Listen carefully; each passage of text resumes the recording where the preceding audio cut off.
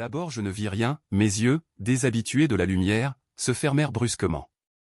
Lorsque je pus les rouvrir, je demeurai encore plus stupéfait qu'émerveillé. « La mer !» m'écriai-je. « Oui, » répondit mon oncle, « la mer Lidenbrock, et, j'aime à le penser, aucun navigateur ne me disputera l'honneur de l'avoir découverte et le droit de la nommer de mon nom. » Une vaste nappe d'eau, le commencement d'un lac ou d'un océan, s'étendait au-delà des limites de la vue. Le rivage, largement échancré, offrait aux dernières ondulations des vagues un sable fin, doré et parsemé de ces petits coquillages où vécurent les premiers êtres de la création. Les flots s'y brisaient avec ce murmure sonore particulier au milieu clos et immense, une légère écume s'envolait au souffle d'un vent modéré, et quelques embruns m'arrivaient au visage. Sur cette grève légèrement inclinée, à 100 toises environ de la lisière des vagues, venaient mourir les contreforts de rochers énormes qui montaient en s'évasant à une incommensurable hauteur. Quelques-uns, déchirant le rivage de leur arête aiguë, formaient des caps et des promontoires rongés par la dent du ressac. Plus loin, l'œil suivait leur masse nettement profilée sur les fonds brumeux de l'horizon. C'était un océan véritable, avec le contour capricieux des rivages terrestres, mais désert et d'un aspect effroyablement sauvage. Si mes regards pouvaient se promener au loin sur cette mer, c'est qu'une lumière, spéciale, en éclairait les moindres détails. Non pas la lumière du soleil avec ses faisceaux éclatants et l'irradiation splendide de ses rayons, ni la lueur pâle et vague de l'astre des nuits, qui n'est qu'une réflexion sans chaleur. Non. Le pouvoir éclairant de cette lumière, sa diffusion tremblante, sa blancheur claire et sèche, le peu d'élévation de sa température, son éclat supérieur en réalité à celui de la Lune, accusaient évidemment une origine purement électrique. C'était comme une aurore boréale, un phénomène cosmique continu, qui remplissait cette caverne capable de contenir un océan. La voûte suspendue au-dessus de ma tête, le ciel, si l'on veut, semblait fait de grands nuages, vapeurs mobiles et changeantes, qui, par l'effet de la condensation, devaient, à de certains jours, se résoudre en pluie torrentielle. J'aurais cru que, sous une pression aussi forte de l'atmosphère, l'évaporation de l'eau ne pouvait se produire, et cependant, par une raison physique qui m'échappait, il y avait de larges nuées étendues dans l'air. Mais alors, il faisait beau. Les nappes électriques produisaient d'étonnants jeux de lumière sur les nuages très élevés, des ombres vives se dessinaient à leur volute inférieure, et souvent, entre deux couches disjointes, un rayon se glissait jusqu'à nous avec une remarquable intensité. Mais, en somme, ce n'était pas le soleil, puisque la chaleur manquait à sa lumière. L'effet en était triste et souverainement mélancolique. Au lieu d'un firmament brillant d'étoiles, je sentais par-dessus ces nuages une voûte de granit qui m'écrasait de tout son poids, et cet espace n'eût pas suffi, tout immense qu'il fût, à la promenade du moins ambitieux des satellites. Je me souvins alors de cette théorie d'un capitaine anglais qui assimilait la Terre à une vaste sphère creuse, à l'intérieur de laquelle l'air se maintenait lumineux par suite de sa pression, tandis que deux astres, Pluton et Proserpine, y traçaient leur mystérieuse orbite. Aurait-il dit vrai? Nous étions réellement emprisonnés dans une énorme excavation.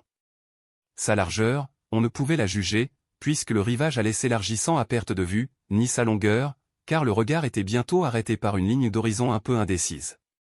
Quant à sa hauteur, elle devait dépasser plusieurs lieues. Où cette voûte s'appuyait-elle sur ses contreforts de granit? L'œil ne pouvait l'apercevoir, mais il y avait tel nuage suspendu dans l'atmosphère, dont l'élévation devait être estimée à 2000 toises, altitude supérieure à celle des vapeurs terrestres, et due sans doute à la densité considérable de l'air. Le mot « caverne » ne rend évidemment pas ma pensée pour peindre cet immense milieu. Mais les mots de la langue humaine ne peuvent suffire à qui se hasarde dans les abîmes du globe. Je ne savais pas, d'ailleurs, par quel fait géologique expliquer l'existence d'une pareille excavation. Le refroidissement du globe avait-il donc pu la produire? Je connaissais bien, par les récits des voyageurs, certaines cavernes célèbres, mais aucune ne présentait de telles dimensions. Si la grotte de Guachara, en Colombie, visitée par M. de Humboldt, n'avait pas livré le secret de sa profondeur aux savants qui l'a reconnue sur un espace de 2500 pieds, elle ne s'étendait vraisemblablement pas beaucoup au-delà. L'immense caverne du Mammouth, dans le Kentucky, offrait bien des proportions gigantesques, puisque sa voûte s'élevait à 500 pieds au-dessus d'un lac insondable, et que des voyageurs la parcoururent pendant plus de 10 lieues sans en rencontrer la fin. Mais qu'étaient ces cavités auprès de celles que j'admirais alors, avec son ciel de vapeur, ses irradiations électriques et une vaste mer renfermée dans ses flancs? Mon imagination se sentait impuissante devant cette immensité. Toutes ces merveilles, je les contemplais en silence. Les paroles me manquaient pour rendre mes sensations. Je croyais assister, dans quelque planète lointaine, Uranus ou Neptune, à des phénomènes dont ma nature, terrestrielle, n'avait pas conscience. À des sensations nouvelles il fallait des mots nouveaux, et mon imagination ne me les fournissait pas. Je regardais, je pensais, j'admirais avec une stupéfaction mêlée d'une certaine quantité d'effroi. L'imprévu de ce spectacle avait rappelé sur mon visage les couleurs de la santé, j'étais en train de me traiter par l'étonnement et d'opérer ma guérison au moyen de cette nouvelle thérapeutique, d'ailleurs la vivacité d'un air très dense me ranimait, en fournissant plus d'oxygène à mes poumons.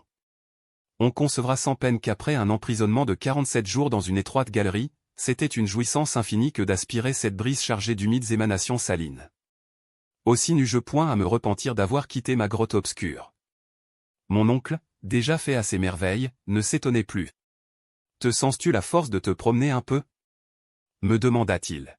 « Oui, certes, répondis-je, et rien ne me sera plus agréable. » « Eh bien, prends mon bras, Axel, et suivons les sinuosités du rivage. » J'acceptai avec empressement, et nous commençâmes à côtoyer cet océan nouveau. Sur la gauche, des rochers abrupts, grimpés les uns sur les autres, formaient un entassement titanesque d'un prodigieux effet. Sur leurs flancs se déroulaient d'innombrables cascades, qui s'en allaient en nappes limpides et retentissantes, quelques légères vapeurs, sautant d'un roc à l'autre, marquaient la place des sources chaudes, et des ruisseaux coulaient doucement vers le bassin commun, en cherchant dans les pentes l'occasion de murmurer plus agréablement. Parmi ces ruisseaux, je reconnus notre fidèle compagnon de route, le Hansbach, qui venait se perdre tranquillement dans la mer, comme s'il n'eût jamais fait autre chose depuis le commencement du monde. Il nous manquera désormais, dis-je avec un soupir. Bah, répondit le professeur, lui ou un autre, qu'importe. Je trouvai la réponse un peu ingrate. Mais en ce moment mon attention fut attirée par un spectacle inattendu. À 500 pas, au détour d'un haut promontoire, une forêt haute, touffue, épaisse, apparut à nos yeux. Elle était faite d'arbres de moyenne grandeur, taillés en parasols réguliers, à contours nets et géométriques, les courants de l'atmosphère ne semblaient pas avoir prise sur leur feuillage, et, au milieu des souffles, ils demeuraient immobiles comme un massif de cèdres pétrifiés. Je hâtai le pas. Je ne pouvais mettre un nom à ces essences singulières. Ne faisaient-elles point partie des 200 000 espèces végétales connues jusqu'alors, et fallait-il leur accorder une place spéciale dans la flore des végétations lacustres? Non. Quand nous arrivâmes sous leur ombrage, ma surprise ne fut plus que de l'admiration. En effet, je me trouvais en présence de produits de la terre, mais taillés sur un patron gigantesque. Mon oncle les appela immédiatement de leur nom.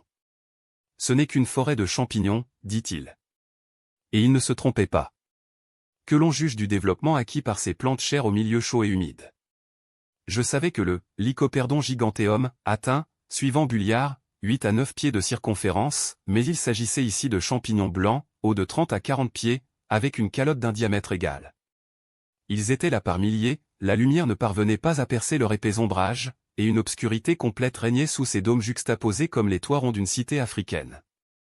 Cependant je voulus pénétrer plus avant.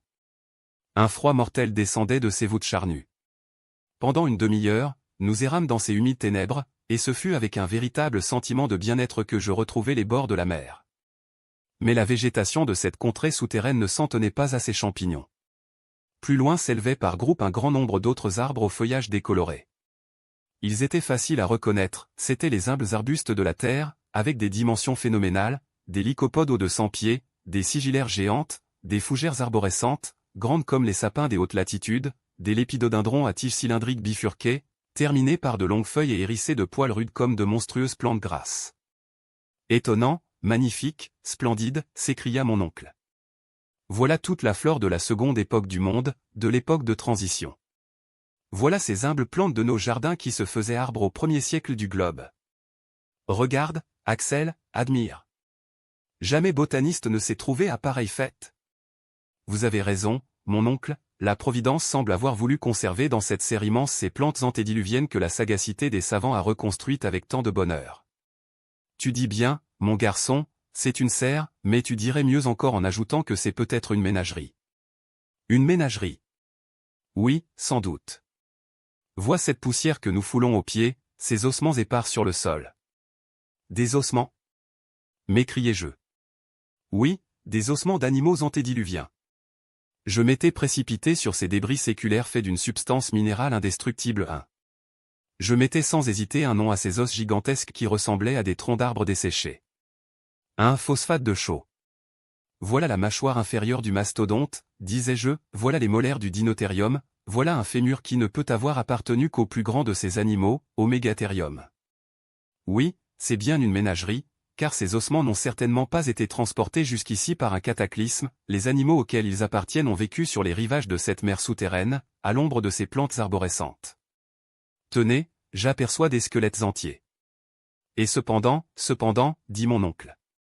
Je ne comprends pas la présence de pareils quadrupèdes dans cette caverne de granit. Pourquoi? Parce que la vie animale n'a existé sur la Terre qu'aux périodes secondaires, lorsque le terrain sédimentaire a été formé par les alluvions, et a remplacé les roches incandescentes de l'époque primitive.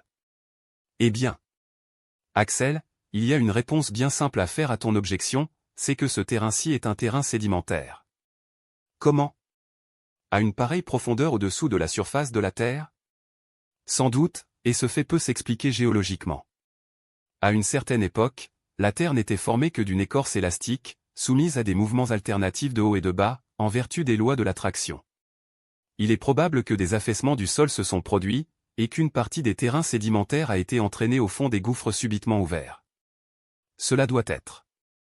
Mais, si des animaux antédiluviens ont vécu dans ces régions souterraines, qui nous dit que l'un de ces monstres n'erre pas encore au milieu de ces forêts sombres ou derrière ces rocs escarpés? À cette idée j'interrogeai, non sans effroi, les divers points de l'horizon, mais aucun être vivant n'apparaissait sur ces rivages déserts. J'étais un peu fatigué, j'allais m'asseoir alors à l'extrémité d'un promontoire au pied duquel les flots venaient se briser avec fracas. De là mon regard embrassait toute cette baie formée par une échancrure de la côte. Au fond, un petit port s'y trouvait ménagé entre les roches pyramidales. Ces eaux calmes dormaient à l'abri du vent. Un brick et 2 ou 3 goélettes auraient pu y mouiller à l'aise. Je m'attendais presque à voir quelques navires sortant toutes voiles dehors et prenant le large sous la brise du sud. Mais cette illusion se dissipa rapidement. Nous étions bien les seules créatures vivantes de ce monde souterrain. Par certaines accalmies du vent, un silence plus profond que les silences du désert, descendait sur les rocs arides et pesait à la surface de l'océan. Je cherchais alors à percer les brumes lointaines, à déchirer ce rideau jeté sur le fond mystérieux de l'horizon. Quelle demande se pressait sur mes lèvres? Où finissait cette mer? Où conduisait-elle? Pourrions-nous jamais en reconnaître les rivages opposés? Mon oncle n'en doutait pas, pour son compte. Moi, je le désirais et je le craignais à la fois. Après une heure passée dans la contemplation de ce merveilleux spectacle, nous reprîmes le chemin de la grève pour regagner la grotte, et ce fut sous l'empire des plus étranges pensées que je m'endormis d'un profond sommeil.